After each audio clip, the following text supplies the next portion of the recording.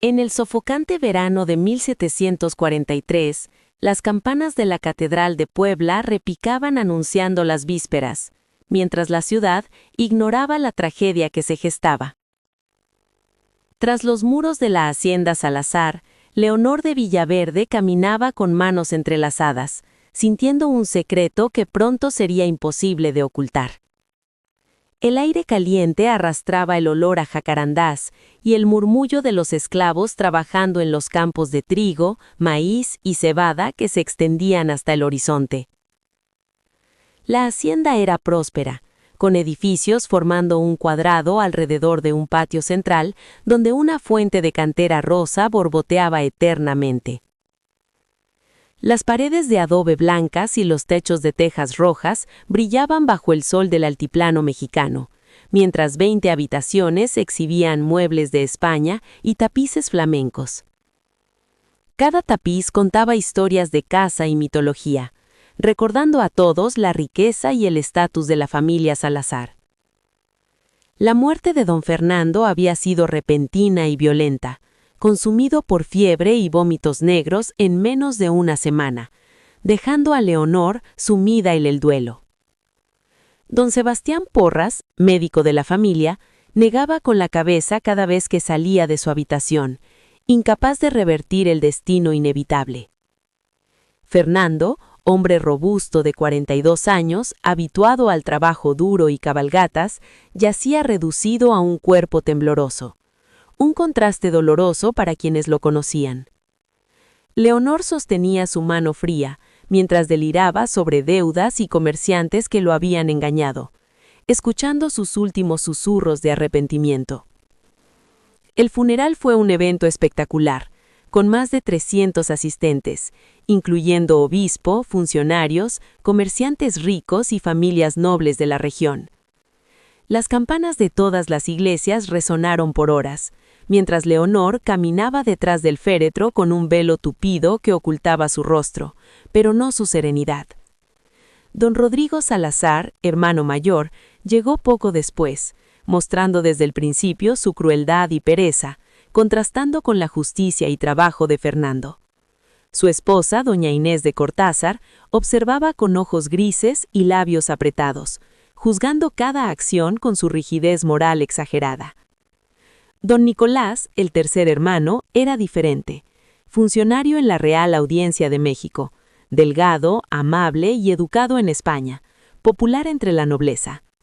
Visitaba Puebla solo 2 veces al año, mostrando afecto genuino por Fernando y respeto hacia Leonor, quien apreciaba su bondad. Leonor llegó a la familia Salazar a los 16 años, casada con Fernando para saldar las deudas de su padre, un funcionario real caído en desgracia. La boda fue celebrada con pompa en la catedral, pero Leonor se sintió enterrada viva, atrapada en un matrimonio sin afecto ni pasión. Los primeros años fueron tolerables, Fernando indiferente, cumpliendo con la producción de herederos, mientras Leonor pasaba sus días en bordados y rezos. Sus 3 primeros embarazos terminaron en abortos espontáneos, dejando a Leonor en soledad y resignación, mientras Fernando se alejaba de su habitación. El verdadero problema y secreto de Leonor surgía en los establos, donde Damián, un esclavo traído de Veracruz, trabajaba como capataz de otros esclavos. Damián, alto, musculoso y de piel color ébano, llevaba las marcas de Fernando en su cuerpo, pero su inteligencia y dignidad brillaban a pesar de la esclavitud. Había aprendido a leer y escribir en secreto, usando carbón y madera, arriesgando su vida si lo descubrían, mostrando un espíritu indomable. La relación entre Leonor y Damián comenzó inocentemente una noche de abril de 1742, en la capilla privada de la hacienda, iluminada por velas. Damián rezaba en voz baja, mezclando español con su lengua natal, mientras Leonor lo observaba sorprendida, sintiendo una conexión inesperada. Ambos compartieron historias de dolor y pérdida, desde familias separadas hasta sufrimientos de esclavitud y matrimonios sin amor. Leonor reveló sus abortos y su deseo de sentir algo más allá del vacío, mientras Damián hablaba de su vida anterior, prometido a Suri y capturado por mercaderes de esclavos.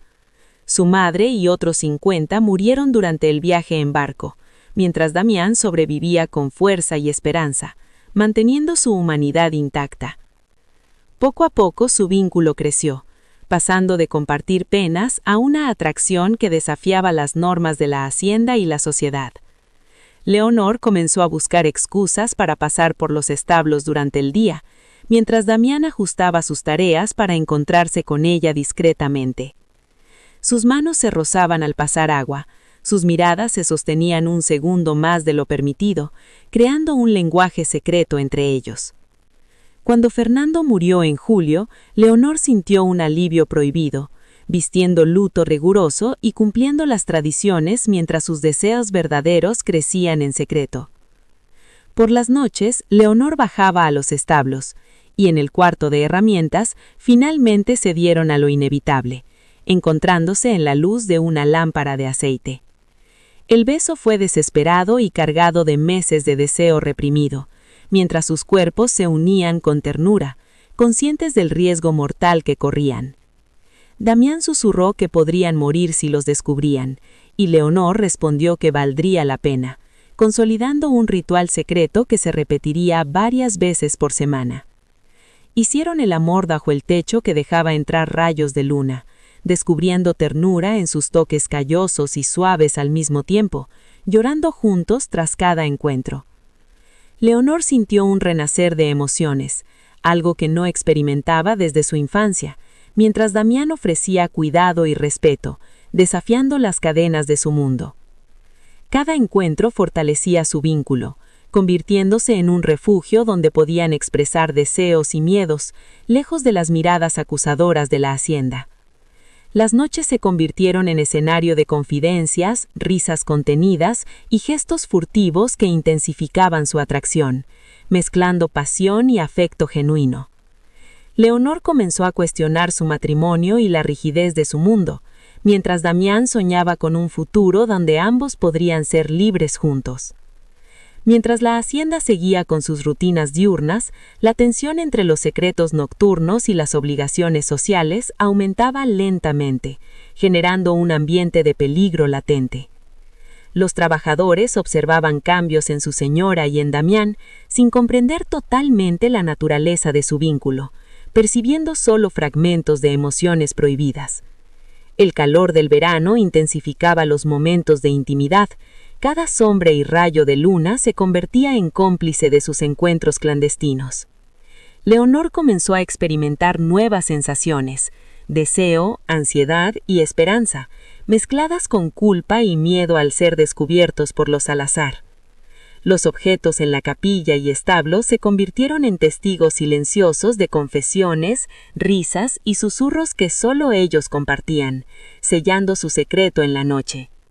Damián enseñó a Leonor palabras de su lengua natal, creando un código privado, mezclando español y sonidos de su tierra lejana, reforzando su conexión. Cada conversación nocturna traía revelaciones y planes futuros, mientras Leonor imaginaba una vida diferente, lejos de la opresión y la tradición de la familia Salazar. Las paredes de la hacienda, blancas y frías de día, se tornaban cálidas testigos de sus emociones por la noche, absorbiendo la historia de su amor prohibido. Con el paso de los meses, los encuentros clandestinos fortalecieron su vínculo, mientras ambos aprendían a equilibrar la pasión con la discreción, evitando cualquier sospecha. Leonor se sentía viva por primera vez, mientras Damián encontraba propósito más allá de la esclavitud, experimentando libertad emocional, aunque no física. Sus cuerpos y mentes se conectaron profundamente, compartiendo no solo deseo, sino también sueños, miedos y esperanzas que superaban su realidad cotidiana. Cada noche traía nuevos descubrimientos sobre sí mismos, la fuerza de su vínculo y la belleza de emociones prohibidas que florecían en la penumbra. El verano continuó su curso, con calor intenso durante el día y brisas suaves por la noche, acompañando sus encuentros secretos con música natural de los campos.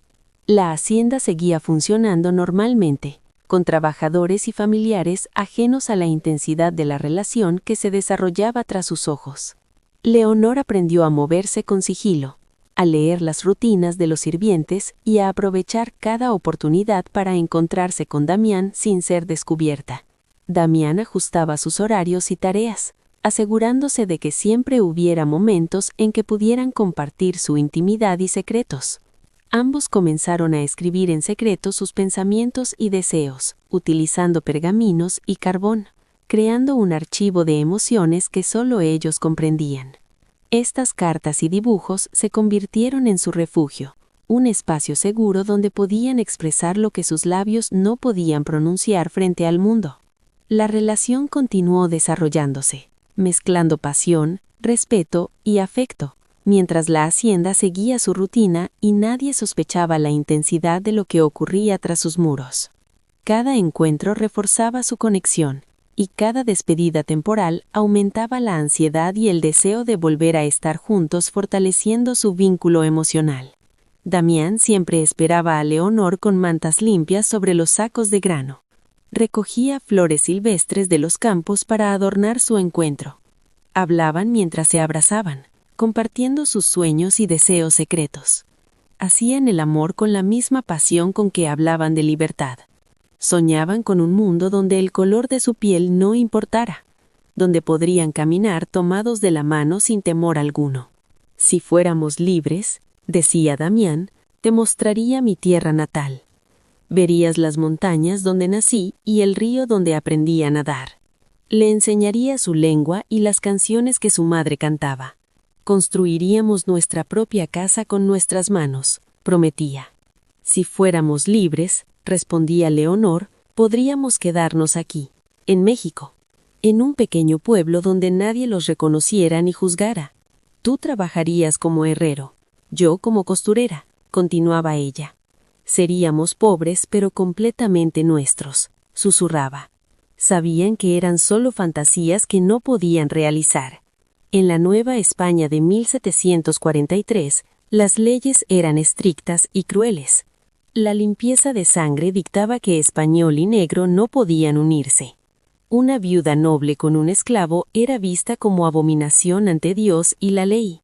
Si los descubrían, Damián sería torturado y ejecutado públicamente. Leonor sería despojada de todo, encerrada o ejecutada por herejía. 2 meses después de iniciar su romance, Leonor notó un cambio. Su periodo menstrual no llegaba, un signo que no podía ignorar.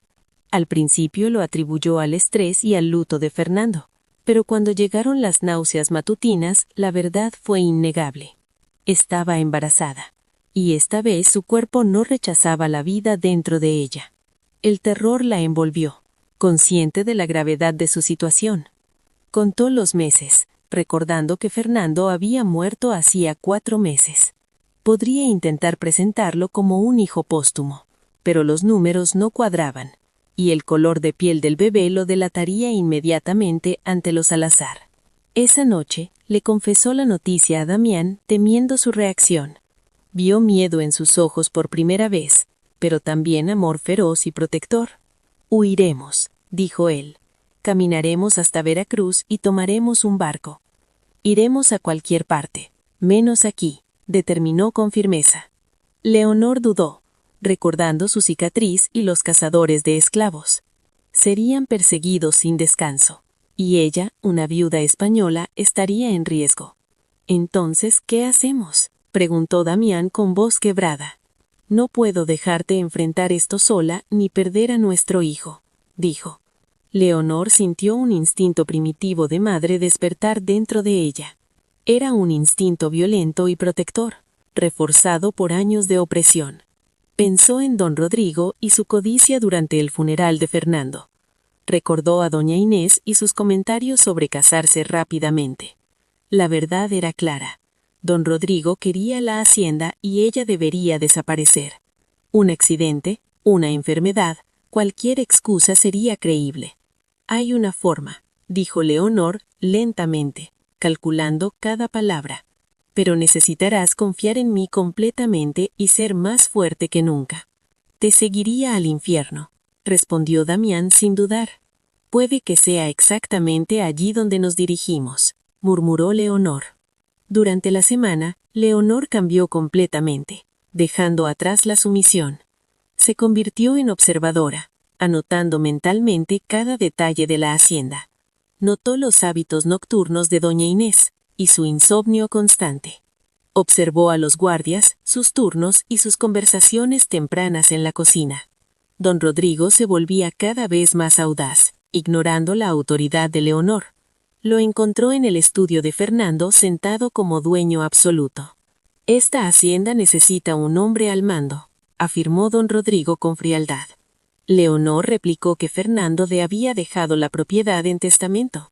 Don Rodrigo sonrió, insinuando que los tribunales podrían favorecerlo a él. Esa noche, Leonor supo que el tiempo se había agotado para actuar. Don Rodrigo pronto buscaría eliminarla y separar a Damián de su lado. En Puebla, disfrazada, buscó la ayuda de una curandera conocida como la Coyota. Era una mujer astuta, con ojos que atravesaban mentiras y secretos. Su puesto estaba lleno de frascos, hierbas secas y objetos extraños. Leonor pidió algo para dormir a don Rodrigo y sus guardias. La Coyota sonrió, consciente del peligro que enfrentaba su cliente. Explicó cómo un polvo de plantas mezclado con vino podía dormir profundamente. El efecto era mortal, si se administraba correctamente, pero parecía un accidente natural. Leonor guardó el saquito en su corpiño, sintiendo su peso y responsabilidad. Había cruzado una línea. Ya no era víctima, sino asesina potencial. Los días siguientes planeó meticulosamente cada detalle del ataque. Convenció a don Rodrigo de quedarse una semana más para ganar tiempo. Eligió un sábado, día de menor vigilancia en la hacienda. El plan era envenenar, eliminar obstáculos y hacer parecer un viaje de descanso. Damián intentó disuadirla, pero Leonor respondió que era supervivencia, no moralidad. La noche llegó con tormenta, iluminando cielos violentos y relámpagos furiosos. La cena fue servida, con Leonor en la cabecera de la mesa. Don Rodrigo bebió su vino mientras hablaban de trivialidades sin sospechar nada. Los guardias bebieron el pulque preparado por Leonor, confiados y obedientes. El efecto del veneno se notó lentamente, primero en los ojos vidriosos. Don Rodrigo se desplomó en su silla, la copa rodando por el suelo. Los guardias cayeron uno a uno, pesados y finales. Doña Inés gritó al ver la caída de su esposo, intentando actuar. Leonor reaccionó instintivamente con un candelabro, terminando la resistencia. Damián entró, cerró la puerta y preguntó qué necesitaba para ayudar. Trabajaron juntos, asegurándose de que los cuerpos estuvieran sin pulso. Arrastraron los cuerpos a la bodega, cubriéndolos con lonas viejas. Reacomodaron barriles y cajas para ocultar cualquier evidencia. Limpiaron la sangre con arena y vinagre hasta que las manos sangraron. Lavaron copas, tazas y reordenaron los muebles como si nada hubiera pasado. Al amanecer, la casa parecía inmaculada, sin señales del horror de la noche. Leonor redactó una carta con la letra de don Rodrigo, practicada meticulosamente. Explicaba que debía regresar a Cholula por asuntos de negocio y viajaba con su esposa. La carta fue enviada y archivada sin que nadie sospechara su autenticidad. Las semanas siguientes fueron de tensión, esperando que nadie descubriera la verdad. Don Rodrigo era conocido por sus viajes repentinos.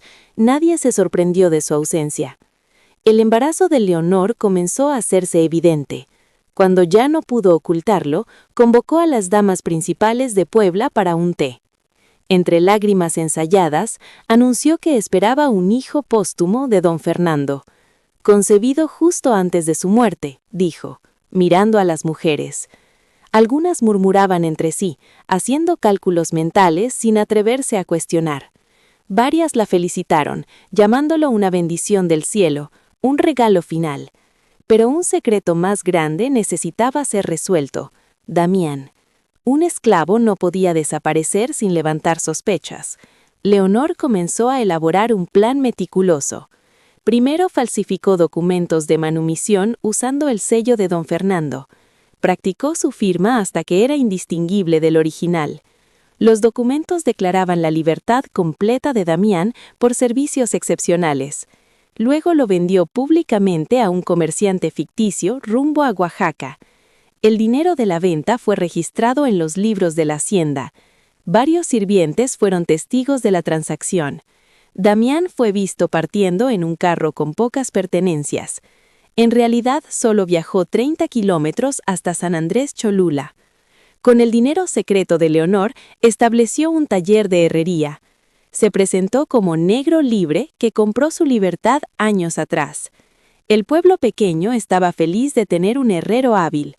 Nadie preguntó demasiado sobre su origen. Leonor la visitaba una vez al mes, disfrazada de mestiza pobre. Se encontraban en el taller tras el anochecer, cuando la calle estaba vacía. Estas visitas mantenían a Leonor cuerda durante su embarazo. La culpa por lo que había hecho pesaba sobre ella. «A veces despierto por la noche y no puedo respirar», confesó una noche. Veía sus caras, doña Inés horrorizada, don Rodrigo desplomándose. Se preguntaba si entendió lo que estaba pasando antes de morir. «Ellos nos habrían matado», dijo Damián, con voz hueca.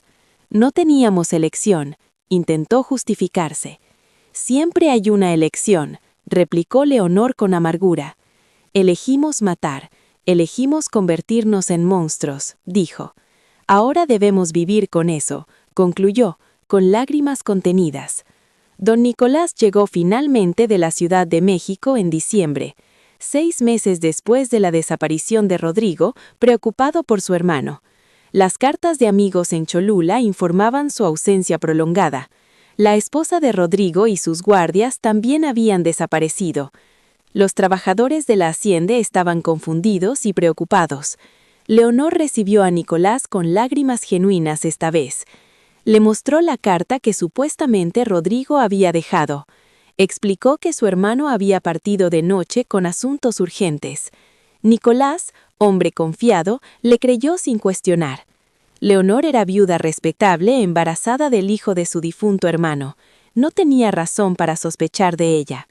Rodrigo siempre fue impulsivo, explicó Nicolás con tristeza. Quizás decidió viajar a la Ciudad de México sin aviso.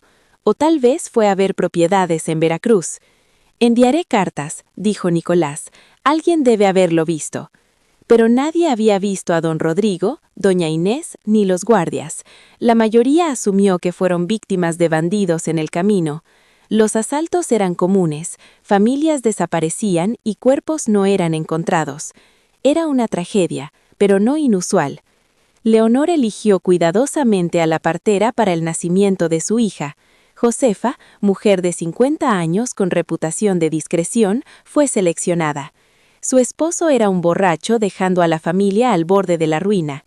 En marzo de 1704, la bebé nació bajo la atenta mirada de Josefa. Leonor colocó una bolsa de monedas en las manos de la partera. La piel de la niña era morena clara, heredando el tono de su abuela paterna. Tenía cabello rizado, oscuro, y ojos profundos que brillaban con inteligencia. Leonor la presentó como hija legítima de su difunto esposo. Josefa aceptó la instrucción, entendiendo el peso de su silencio. Leonor llamó a la niña Isabela y la presentó a la sociedad de Puebla. Explicó el tono de piel más oscuro con la historia de la abuela morisca. La mentira fue creíble y la sociedad la aceptó sin cuestionar. Isabela creció hermosa y graciosa, educada por los mejores tutores. Aprendió español, latín, música y pintura, dominando habilidades sociales. Leonor la amaba con intensidad feroz, consciente de la fragilidad de su secreto. Damián visitaba en secreto 2 o 3 veces al año, siempre de noche. Observaba a su hija desde las sombras con lágrimas que no derramaba. Una vez, Isabela, de 5 años, persiguió una mariposa en el jardín. Su risa pura y alegre obligó a Damián a alejarse antes de acercarse. «Es perfecta», dijo Damián a Leonor esa noche. «Tan hermosa, tan llena de vida, hicimos algo bueno», continuó. «No lo merece», respondió Leonor con voz quebrada. «No merece tener asesinos como padres, no merece esta mentira», concluyó. Los años pasaron y don Nicolás murió finalmente en 1750. Leonor quedó como única administradora de las propiedades Salazar. Manejaba los negocios con habilidad sorprendente, demostrando gran capacidad. La hacienda prosperó bajo su dirección. Isabela creció en lujo, ignorando la verdad de su origen. Su verdadero padre era un herrero en un pueblo cercano. El pasado tiene la costumbre de resurgir, como los cuerpos enterrados. En 1760, Isabela tenía 17 años y estaba comprometida. Leonor decidió renovar la bodega de vino debido a problemas de humedad. Contrató trabajadores para las reparaciones necesarias. Al mover barriles, encontraron huesos y ropas podridas en la esquina más lejana. 4 esqueletos aparecieron, con botoles de plata y joyas aún visibles. El anillo de sello de los Salazar estaba en el dedo del más grande. Los trabajadores gritaron y corrieron a llamar a las autoridades. En horas, la hacienda estaba llena de funcionarios reales y soldados. Los huesos fueron examinados y las ropas estudiadas. Un oficial reconoció el sello de Rodrigo sin dudar. Leonor supo que todo había terminado al ver al capitán acercarse.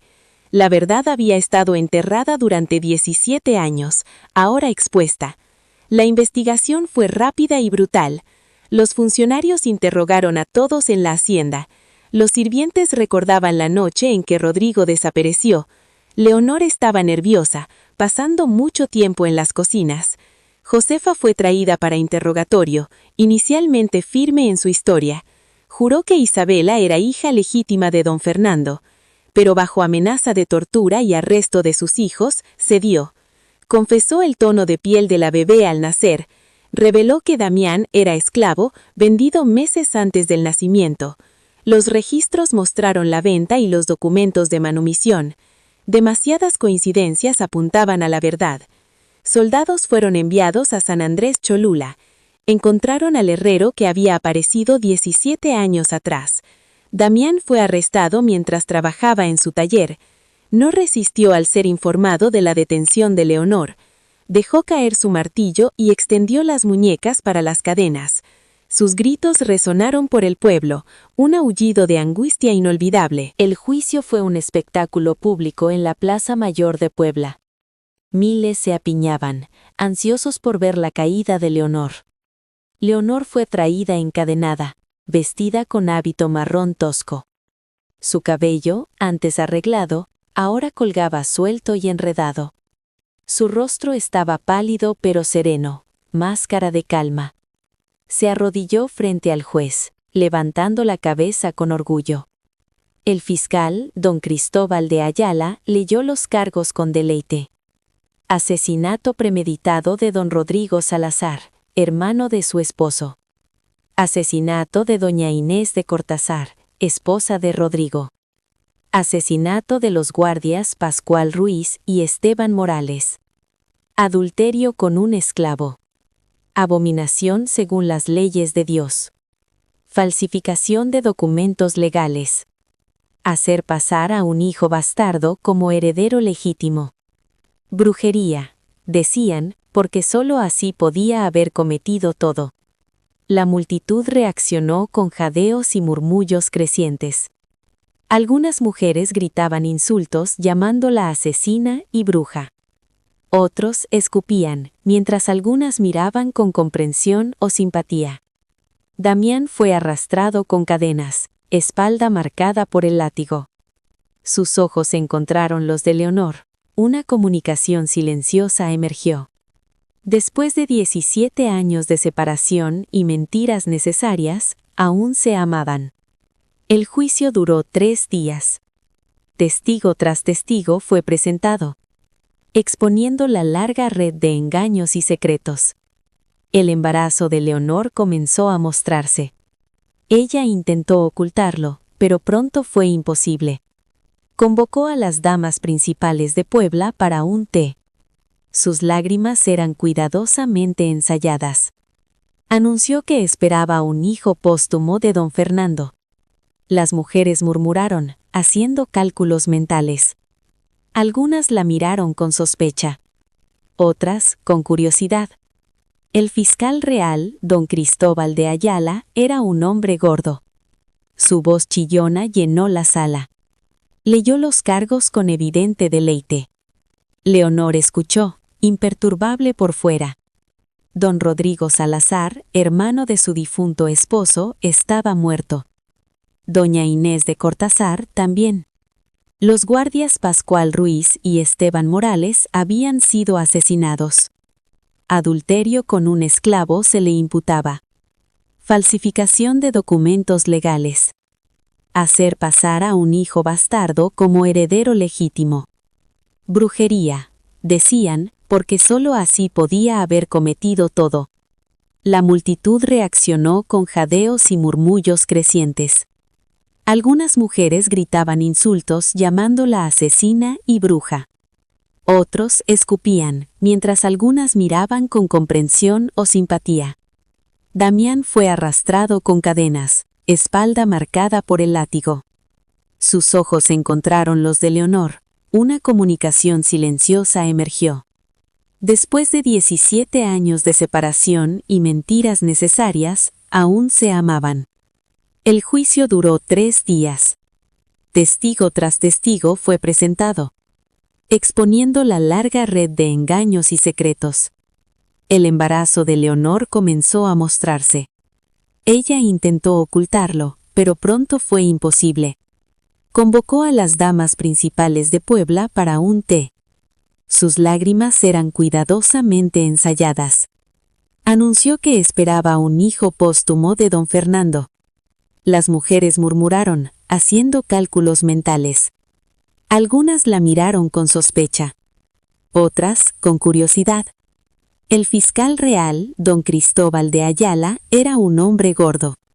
Su voz chillona llenó la sala. Leyó los cargos con evidente deleite. Leonor escuchó, imperturbable por fuera. Don Rodrigo Salazar, hermano de su difunto esposo, estaba muerto. Doña Inés de Cortázar también.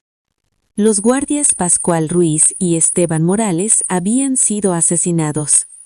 Adulterio con un esclavo se le imputaba. Falsificación de documentos legales.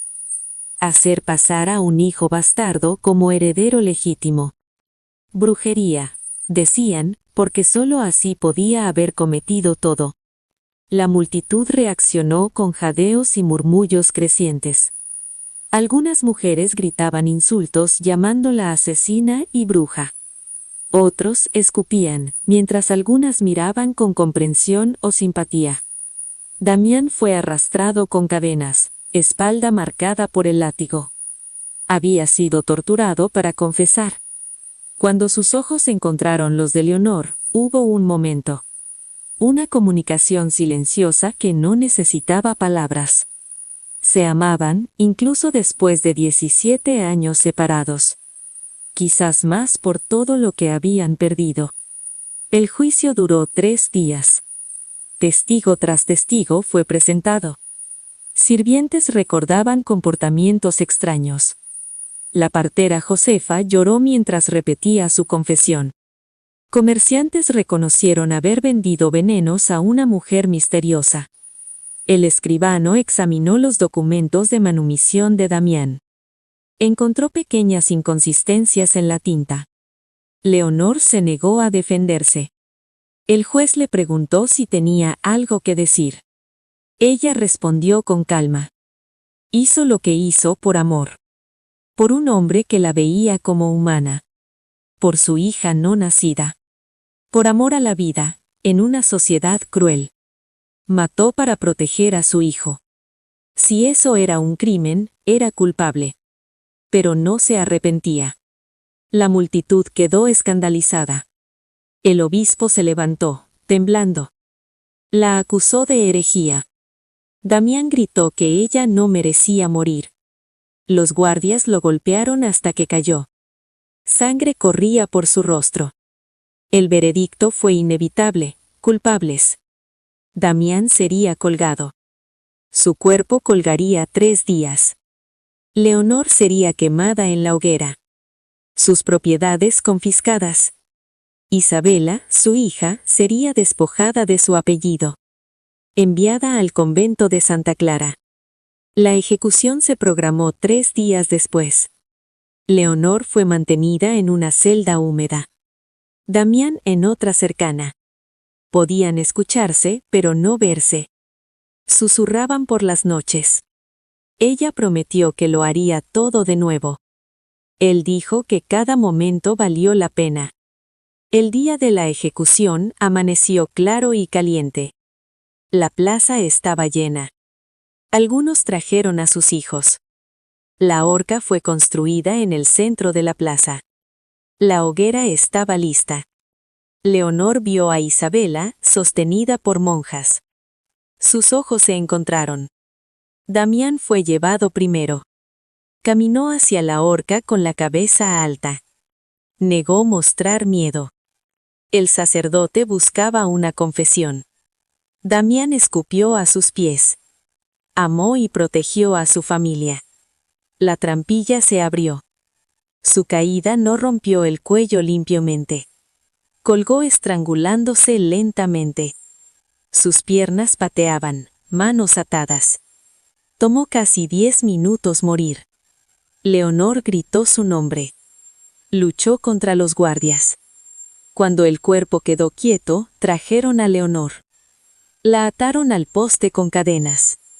Apilaron leña alrededor de sus pies. El sacerdote le ofreció salvar su alma. Leonor miró el cuerpo de Damián. Luego a Isabela, llorando. Finalmente al sacerdote. Que Dios juzgue, dijo. Las antorchas fueron arrojadas. El fuego prendió rápido. Las llamas subieron hambrientas. El humo negro llenó el aire. Tosió y jadeó. El calor era insoportable. Sus ojos nunca dejaron a Damián. Con su último aliento gritó su nombre. Las llamas consumieron todo. Solo quedaron asizas y fragmentos de hueso. Las asizas fueron arrojadas en un campo sin marcar. El cuerpo de Damián colgó 3 días. Los cuervos vinieron a picotearlo. Isabela fue llevada al convento. Las puertas se cerraron como una tumba. Pasó 43 años rezando 10 horas al día. Dormía en una celda sin ventanas. Hablaba solo cuando era necesario. Se convirtió en figura fantasmal. Murió a los 60 años. Fue enterrada sin nombre. Las propiedades al azar fueron aubastadas. Un comerciante rico compró la hacienda. Nunca la visitó personalmente. Los trabajadores reportaron voces y sombras. El miedo hizo que los capataces renunciaran. La hacienda fue abandonada en 1775. La naturaleza reclamó la hacienda. El techo se derrumbó. Animales salvajes hicieron nidos. El obispado decidió purificar la tierra. La hacienda fue demolida completamente. Se construyó la iglesia se creía que la santidad expulsaría lo maligno. Los rumores persistieron. Sacerdotes tuvieron pesadillas. Los feligreses sentían frío repentino. Algunos veían sombras caminando juntas.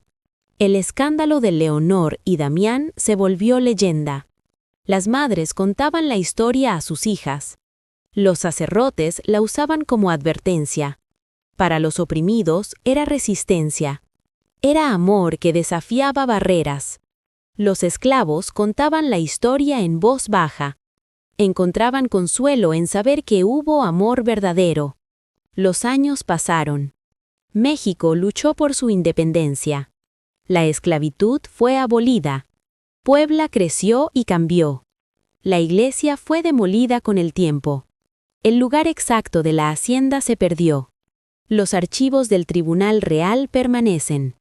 Amarillentos y frágiles, narran toda la historia. En la última página, un escribano escribió una nota. Pidió que Dios tuviera piedad de las almas perdidas. Presenció 2 muertes y algo más. Un amor tan profundo que ni las llamas lo consumieron.